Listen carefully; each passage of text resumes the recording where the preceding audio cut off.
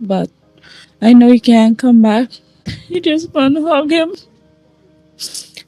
Shawnathon was always the type of student who we would call a model student, and he was a boy's boy. If we can't agree on anything else, let us agree on this. Our children are not and must never be our targets. They're not to be collateral damage. God himself shall be with them and be their God.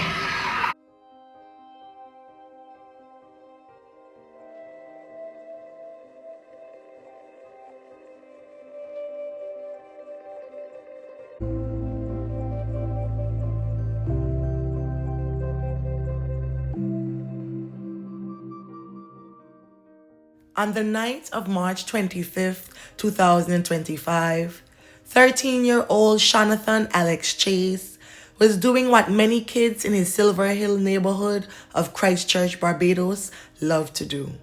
He was watching a local netball game at the community hard court.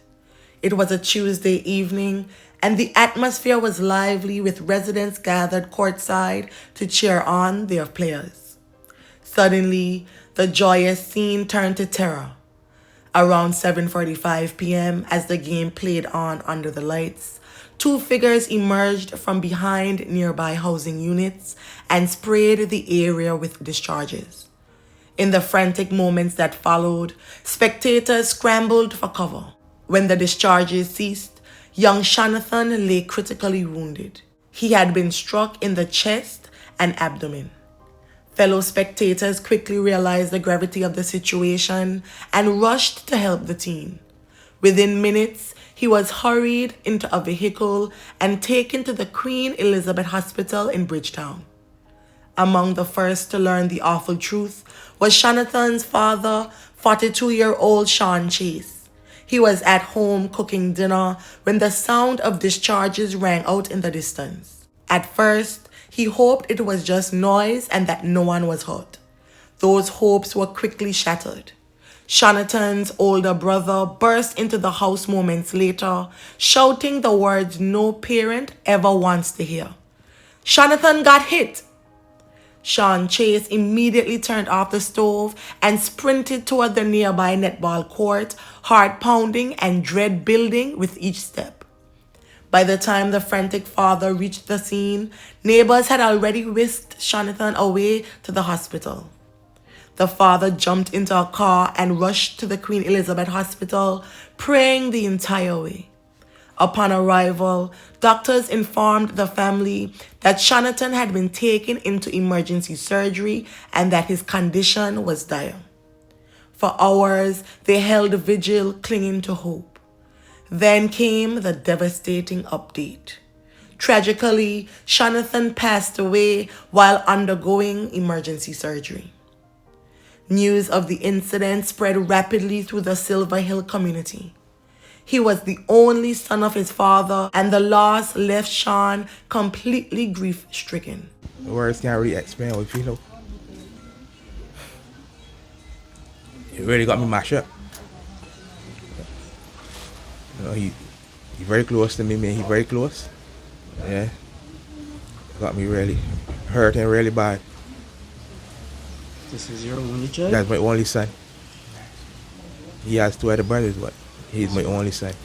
They are like my sons too. Okay. Yeah. So like, recollect what happened where you was when this incident took place? I was home here in the kitchen cooking. Mm-hmm. And I hear the gas too. Yeah. And then his brother went out. Outside and somebody telling you your brother get shot. I hear he went back and say Shawnathon get shoot. I was hoping it was just that nobody didn't get shot or anything like that. So then I tried to call them and then tell me they're rushing him to the hospital. Yeah.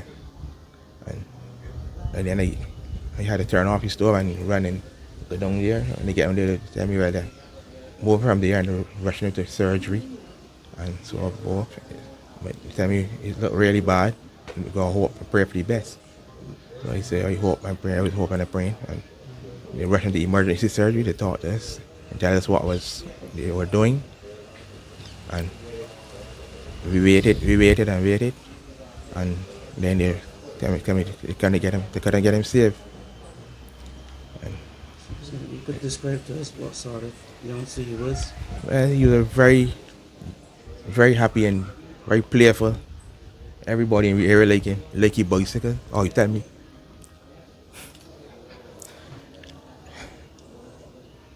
He want a motorcycle.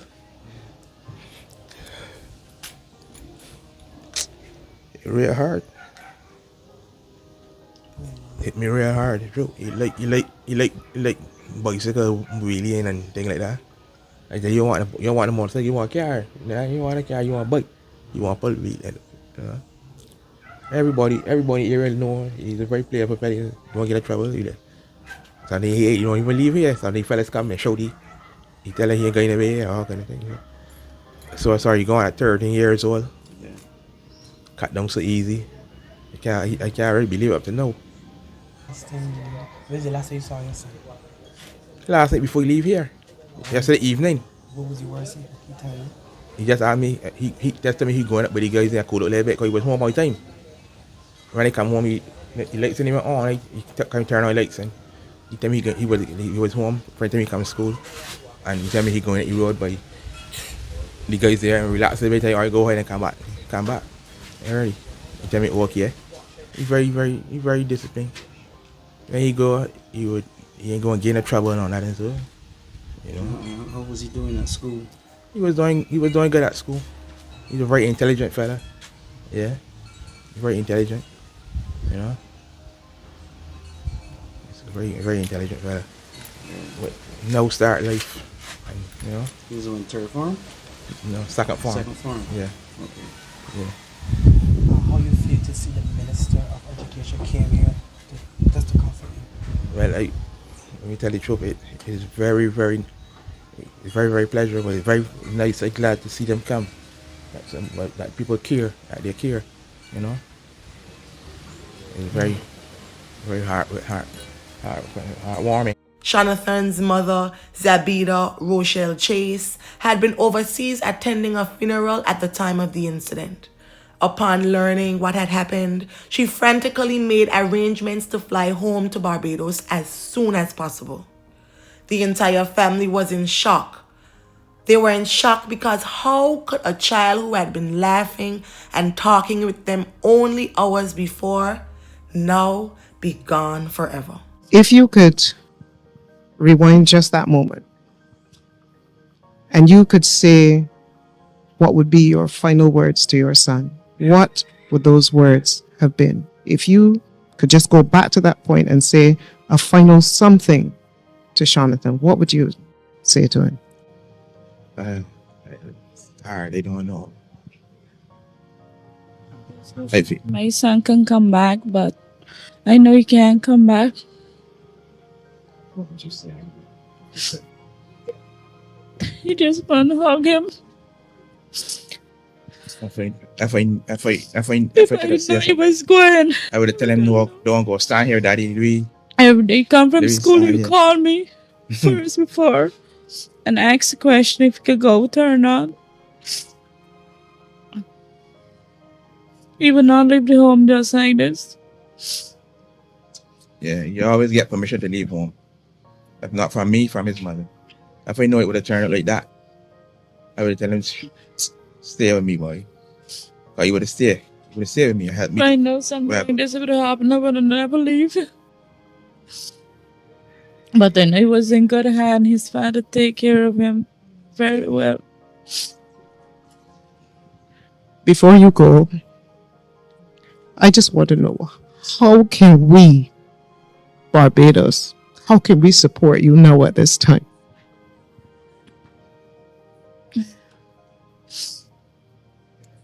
Well, everybody just got to come together, help us, pray for us, keep your praises going for us. And that is very comforting at the moment. Yeah, that's very comforting. You know, everybody cares. Just keep reaching out to us and just keep helping us be strong. Let us never forget Let us find ways to support this family and to honor Barbados. His name is Shawnathon Chase. Those who knew Shawnathon remembered him as a bright and well-behaved child who had a love for life. He was a second farm student at the Lodge School and had previously attended Milton Lynch Primary. Tears flowed as Barbadians from all walks of life participated in the solemn walk throughout the Silver Hill community. Residents took up vantage points at windows and doors to watch the procession, which included Shawnathon's grief-stricken parents, who wore shirts bearing a picture of their child's face. His aunt, Dean Springer, says the family is grateful for the overwhelming support they have been receiving from Barbadians. It's overwhelming. The show of love and unity, and then walking along the street, I heard people talking about it. They don't know him, but they're talking about it as though he was one of their own. Ms. Springer says the past few days have been difficult for Shawnathon's relatives, but they are supporting each other. It's a rough time, very rough, very deep, and we are trying our best to hold it together. Because you can understand and imagine how things would be with us. It's not easy, but by the grace of God, we're hanging in. Elder at the Silver Hill Seventh-day Adventist Church, Dale Hardy, says the church suspended its usual Saturday morning worship session to allow members to walk in solidarity. We are very sad to know that this young man has lost his life in such a tragic manner. There is no place for this level of violence on the youth of this country, the youth that will be the future of this country. And so, as a church, we are here giving our support in our shirts, in our presence, in our prayers, and we will continue to give support. Our pastor visited with the family twice, and we are saying to them, if you need anything, you need someone to plan the funeral, you need a place for the funeral, our church is open. Principal at Milton Lynch Primary, Tyrone Marshall, recalls Shawnathon being a respectful, obedient child who was teachable and participated in all types of sports. Shawnathon was always the type of student who we would call a model student, and he was a boy's boy. And he left his mark, as they say. He came, he saw, he conquered our hearts. The walkers gathered at the Hard Court, where people reflected on Shawnathon's life through tributes. I have not slept. Grown men, I have not slept a wink since this thing happened. And, you know, I think this thing has affected the collective conscience of the nation in such a way that this is a moment that I think we now have to do something about this. And one would be for us to offer the level of intervention through the social workers. Of course, we were there with the support of the Barbados Police Service and the Crime Prevention Unit of the Police Service. And there too are going to work with the ministry, which we now have responsibility for crime prevention. But whether we had responsibility for crime prevention or not, we have responsibility for protecting children. And they're going to work closely with the ministry as we come up with a number of programs and a number of projects to be able to address it. The truth is, he was 13 years old. 13 years old, he's, as they say, you didn't see a star pitch. And when you walk around the community and be told that, like every single person, that this was a really good child, I mean, everybody. Even some of the children, he's like, he didn't used to behave bad. He didn't used to hang out with us. Meaning that they might be the ones who behave a little bad. But this boy, but it tells us that if we don't do something with this emerging crime, all of us are at risk. If you go to watch a netball game, I go to watch netball games, we all go to watch games, we're all at risk. This has to be a societal response. I think the media has a big role to play in this. There are people who people consider gangsters who be sending me messages or telling me they want to meet with me and they want to talk with me. And believe me, I'm going to go and see them too. Because I know that we all have to put our shoulders to the wheel. Outpouring of grief and anger flooded Bajan social media feeds. Residents from all corners of the island condemned the senseless incident and expressed condolences to Shawnathon's family. Several neighbors also recounted the chaotic moments right after the discharges. One shopkeeper who lived near the netball court described how the wounded teen ran toward him, red bodily fluid visible, and desperately seeking help. That same resident knew Shawnathon as the polite child who would stop by his shop every morning to wait for the bus, never looking for trouble. The man emphasized that Shawnathon was a well-behaved youth. Hearing this account made many in the community feel the tragedy all the more deeply. Amid the grief, there was also rage and frustration.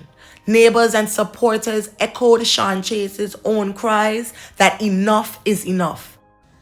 I would just like these youngsters that you talking about, they let me players to cut it out. I would like a harsher punishment on these guys that when they get catch. Yeah. Me and my partner at work, we talk about this all the time. Punishment too soft, you know. They get hold and then next couple of months or whatever they get released. There need to be a harsher punishment on these guys. Because a lot of these guys young. I mean, they're old like me. Some of them really, really young. Doing it just taking out guns and gun pan higher, you know. It's really, really something that really need to be done. It need to be really nipped in the bud. The community did not let Shawnathon's passing go by in silence. In early April, residents of Silver Hill and surrounding districts organized a peace march and vigil in Shawnathon's memory. Many residents, along with community leaders and concerned citizens, marched from Milton Lynch Primary School, the school Shawnathon once attended, through the neighborhood in a unified call for peace. They chanted against violence and carried posters decrying the bloodshed. At the forefront were two members of parliament from Christchurch, Adrian Ford, MP for Christchurch West Central, which includes Silver Hill, and Dr. William, MP for Christchurch West. Both officials spoke passionately to the crowd about ending the cycle of youth violence. Ford urged parents to take more responsibility for their children to help curb the tide of firearm violence. Additionally, Senior Minister William echoed the need for a return to core values and non-violent conflict resolution. We plan to maintain police presence in the area, and that as much as we can do for now is that although the crime has pearled, it's a difficult situation at this time, but for sure we are going to maintain police presence in this area as long as we can, and try and hope that the community can help us in bringing this scourge to an end. We can't do it alone. And if anybody has seen anything, just report it, please. That's it. Kyirico.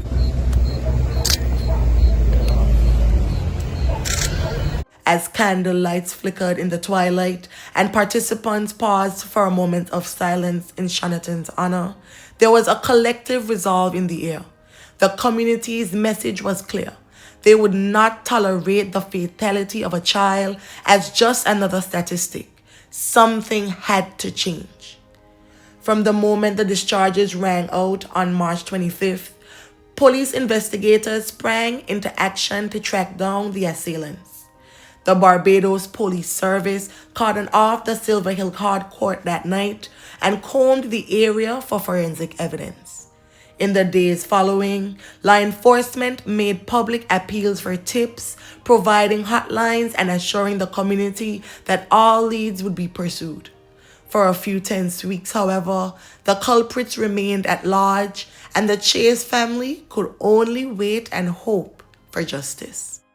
It is with profound sorrow that I address you today in the wake of another tragic incident that has shaken me and indeed many across our nation to the core. Last night, an innocent child lost his life, having been caught in the crossfire of senseless violence.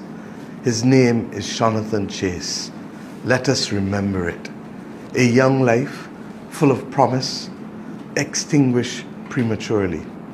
It was only 7 months ago that I stood before you heartbroken over a similar incident where a 12-year-old girl was wounded equally in Silver Hill.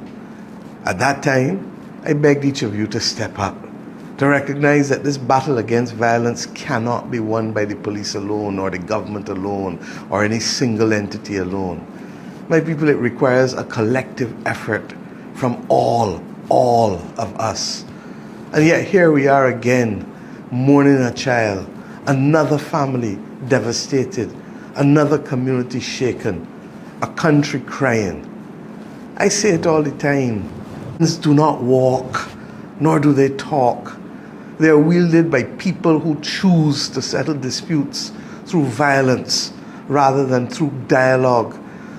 To those who believe that guns are the answer, I beseech you, I beg you to consider the innocent lives that you are endangering. You were not brought into this world to do this.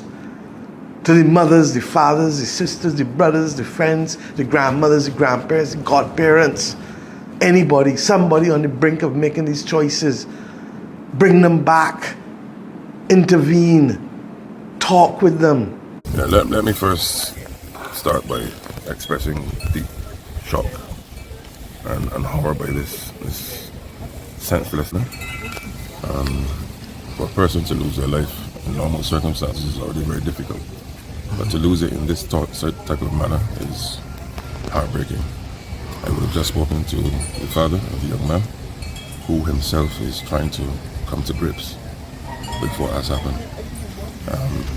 It's not very easy for him, equally the community, and now they're now trying to piece together the reality going forward. But I also want to say that in addition to the condolences I offered, I want to use this time to speak to the country and say to our people, to our young people, we have a great country. We have a country that we all love. But moments like this cause us to reflect that we have to stop the violence. We have to bring back love in our communities. And there's no place for violence in a modern Barbados. This morning, the father would have been, as he said to me, preparing lunch for his son. We were very close. And now he has to deal with this reality going forward. I would have instructed the team, the Ministry of Education, to ensure that support services were sent to the law school. Guidance counselors from around the country will also go there based on demand. But I understand that the young man was also quite loved at the school. And therefore, as students were coming to the school this morning and hearing about it, naturally there's a level of grief that they now come to terms with. And therefore, the school will close this afternoon, but this morning rather, at 11:10, so as to allow them to process this and to begin their grieving in a quiet manner. I don't really want to do a long statement, but just simply to express condolences to the family, and to say that we will offer every level of support that we can, not just to the immediate family, but of course to the school, and to any young person or person who would have also seen anything that would have caused any traumatic reactions to them, to come forward to also seek counseling as well. But we must hold our communities together, and I can tell you that the police, of course, they're carrying on their investigations, and we will leave that to them. But I also, as a father, I can't begin to express what Mr. Chase is going through this morning. A breakthrough came in mid-April.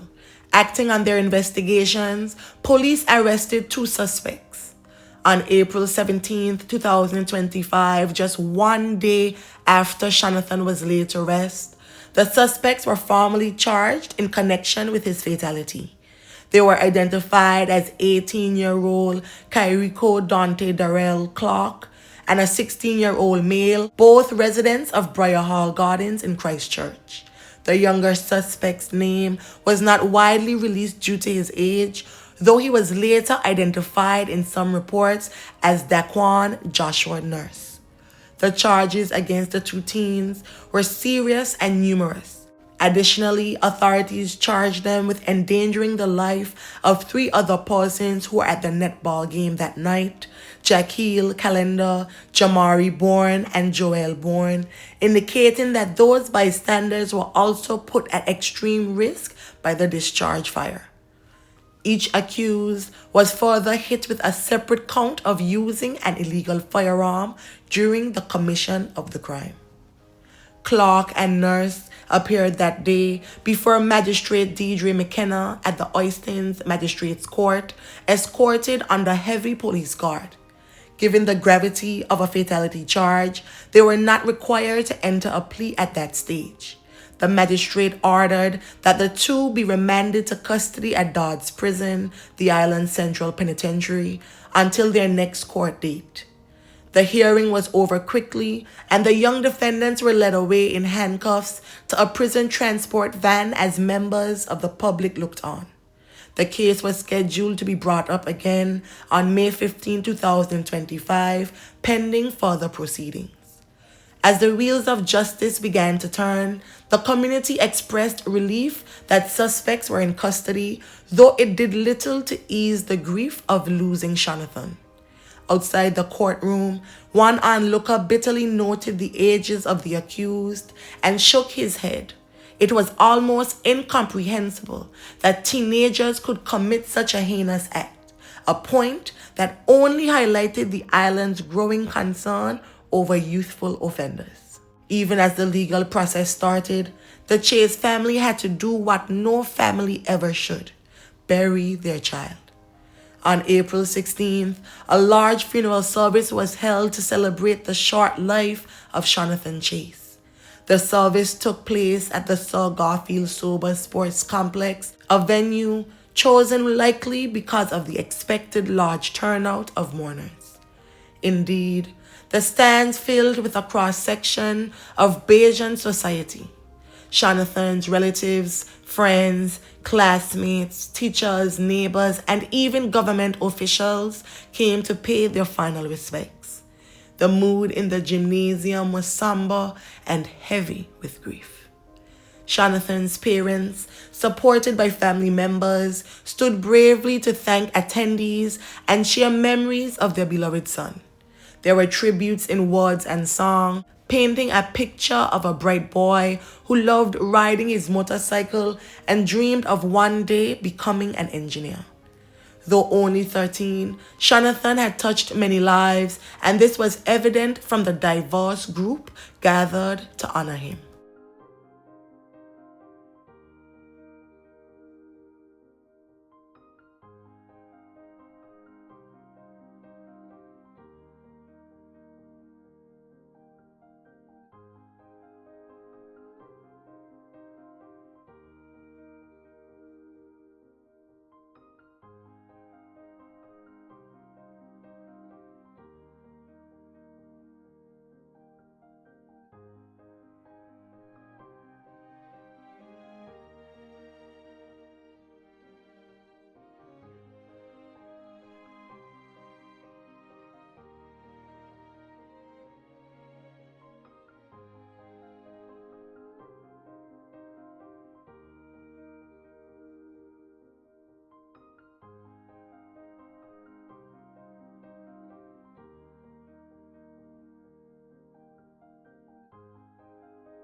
Remember, it all begins with you.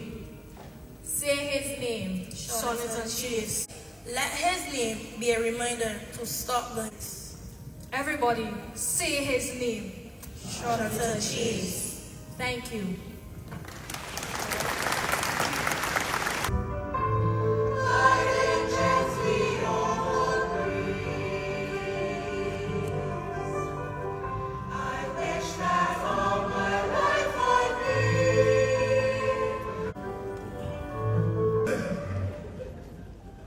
They shall be his people. God himself shall be with them and be their God. And God shall wipe away all tears from their eyes. Stay away from the gun and anybody who has guns. After the emotional service, a funeral cortege escorted Shawnathon's body to Coral Ridge Memorial Gardens, a cemetery in Christchurch. Many of his schoolmates came dressed in their uniforms, a show of solidarity and honor for their fallen friend. The presence of so many young faces at the graveside, classmates who should have been playing with Shawnathon that week, not saying goodbye to him, served as a harsh reminder of what had been lost. Shawnathon's passing rocked Barbados, not only because of the personal tragedy, but also because it fit into a disturbing pattern of youth violence that has been plaguing the nation in recent times. In 2024, Barbados recorded 49 fatalities, a 158% increase from the previous year, and firearms were used in the majority of those incidents. Alarming as well was the profile of those behind the trigger. The average age of accused perpetrators was just over 21 years old. This surge in firearm violence, often involving young men both as perpetrators and victims, has left communities uneasy and authorities scrambling for solutions. Good afternoon. I am Jackie Collis, the director of SNATCH. SNATCH is a program that the Garrison Historic Throw Tennis Academy and Club runs for the at-risk kids within our community. SNATCH is the acronym for Saving Our Neighborhood Against Crime While Teaching Our Children There is Hope. Our mantra for our beacons is keeping them on court is keeping them out of court.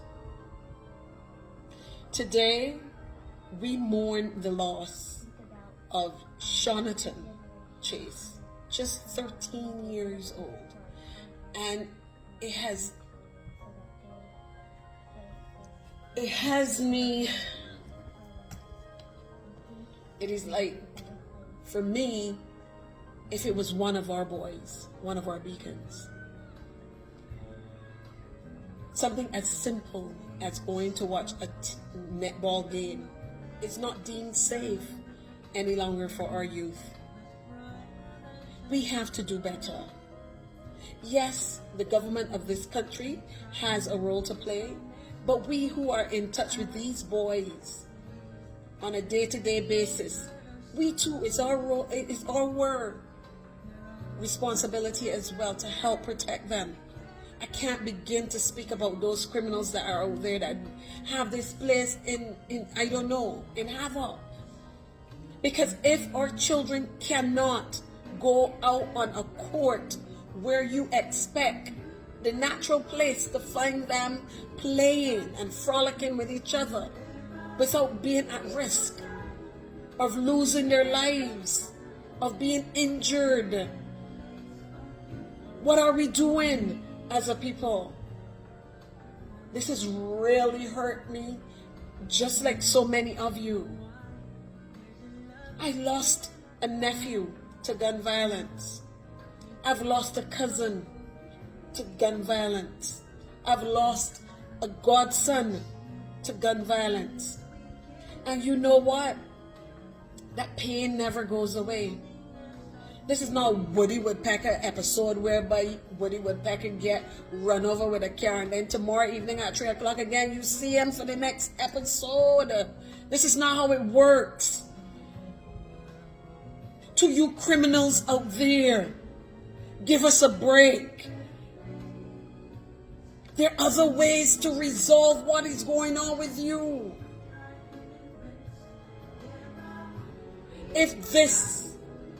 If the death of Shawnathon does not resonate with you guys out there who are you criminals, that's who you are. If it doesn't resonate with you that what you yourselves are doing has gone wrong, I don't know what else will. My heart is heavy today. It is heavy today. Because you know what I said? At 13 years old, this could very well be one of our beacons. But the Lord is on high. He remains on high. And as difficult as this is for us, He knows best. Once again, to the family, to the friends, to the community of Silver Hill, I extend our condolences to you at your time of bereavement And I pray that God would bless each and every one of you. Barbados is certainly not alone in facing a spike in youth violence. It's a challenge across the Caribbean and outer world. Shawnathon's memory now fuels a rallying cry. A cry to reclaim the innocence of community spaces, to make the neighborhood safe again for children at play, and to put an end to the cycle of violence in Barbados, once and for all. May the family and friends of Shawnathon Chase find solace in the happy memories, and may his soul rest in perpetual peace. Thank you.